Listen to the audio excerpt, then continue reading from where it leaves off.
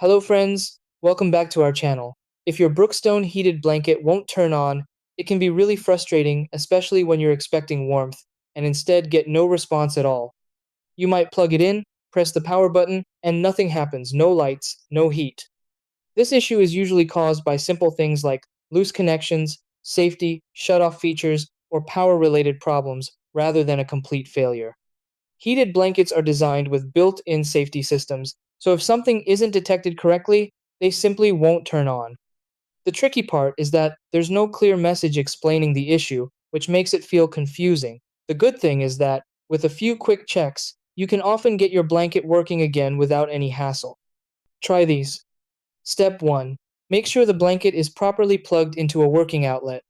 Step 2. Check the connection between the controller and blanket for looseness. Step 3. Unplug the blanket, wait a few minutes, then plug it back in. Step 4. Press the power button firmly and check for indicator lights. Step 5. Inspect and clean the connector pins if needed. Step 6. If it still won't turn on, try another outlet or consider controller replacement.